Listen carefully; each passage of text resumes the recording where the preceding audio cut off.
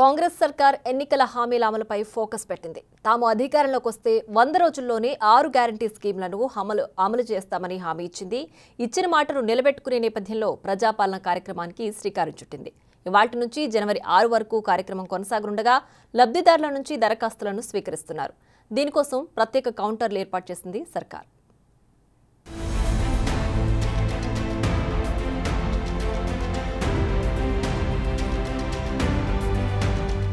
తెలంగాణలో ఇచ్చిన హామీలు నెరవేర్చే దిశగా సర్కార్ అడుగులేస్తోంది. 6 గ్యారంటీల అమలే ధ్యేయంగా సాగుతున్న ప్రజాపాలనలో గ్రామ వార్డు సభలు నిర్వహించి దరఖాస్తులు స్వీకరిస్తున్నారు.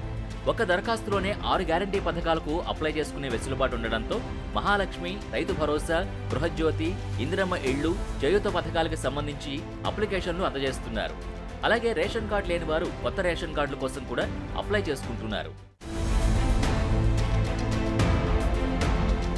కార్యక్రమంలో మంత్రులు, ఎమ్మెల్యేలతో పాటు అధికారులు పాల్గొన్నారు.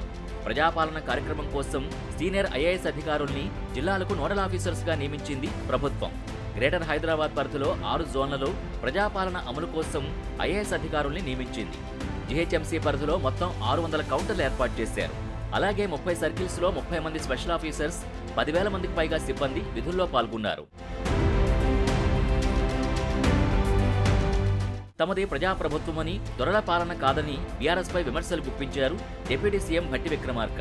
ప్రజాపాలన ప్రారంభోత్సవ కార్యక్రమంలో పాల్గొన్న ఆయన ఎన్నికల హామీల అమలుకు కట్టుబడి ఉన్నామన్నారు.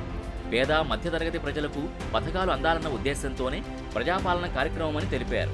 సంక్షేమ, అభివృద్ధి కార్యక్రమాలు దక్కకుండా గ్యారంటీ స్కీములు అందకుండా ఉండాలని బీఆర్ఎస్ కోరుకుంటోందని మండిపడ్డారు. ప్రజలకి సంబంధించిన, పేద వర్గాలకు సంబంధించిన, మధ్యతరగతి కుటుంబాలకు సంబంధించినటువంటి ఈ పథకాలు ప్రజలకు అందించడం కోసం ఈరోజు కాంగ్రెస్ పార్టీ అంకిత భావంతో ఈ ఇంధన రాజ్యం ఈరోజు ప్రభుత్వం మీ దగ్గర అప్లికేషన్లు తీసుకొని వాటి అమలు చేయటం కోసం ఏర్పాటు చేసుకున్నటువంటి కార్యక్రమం ఇది. ప్రజలకు అందుబాటులో తమ ప్రభుత్వం ఉంటుందన్నారు మంత్రి సీతక్క. ఆదిలాబాద్ ఇన్ఛార్జ్ మంత్రిగా ఉన్న ఆమె ప్రజాపాలన కార్యక్రమానికి శ్రీకారం చుట్టారు. అందరి సూచనలు, సహకారంతో ముందుకు వెళ్తామని చెప్పారు సీతక్క. అర్హులందరికీ 6 గ్యారెంటీలు అందిస్తామని చెప్పారు.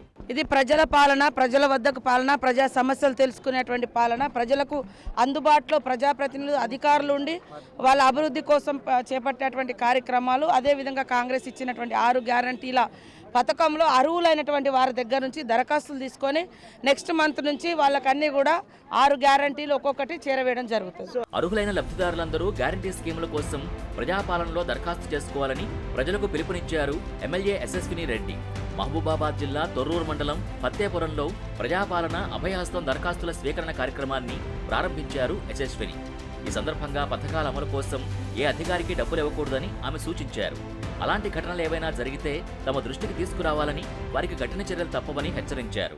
ఎవరైనా అధికారులే కానివ్వండి, లేకపోతే ఇంకెవరైనా కానివ్వండి, మీరు అప్లై చేసుకున్నది శాంక్షన్ చేయడానికి మాకు కొన్ని డబ్బులు ఇస్తే పని అవుతుంది అని చెప్తే ఎవరు నమ్మకండి. అట్లా ఎవరైనా చెప్తే మటుకు నేరుగా నా దగ్గరికి వచ్చి చెప్పండి. అట్లా ఎవరైతే మీ దగ్గర డబ్బులు తీసుకోవాలనుకుంటారో వాళ్ళపైన చర్యలు తప్పకుండా నేను తీసుకుంటా. మీరు ఇక్కడ ప్రభుత్వంకి మీకు మధ్య సంబంధం, మధ్యలో ఎవరికి మీరు ఏమి ఇవ్వాల్సిన అవసరం లేదు. ఒక్క రూపాయి కూడా మీ జేబులో నుంచి తీసుకోండి.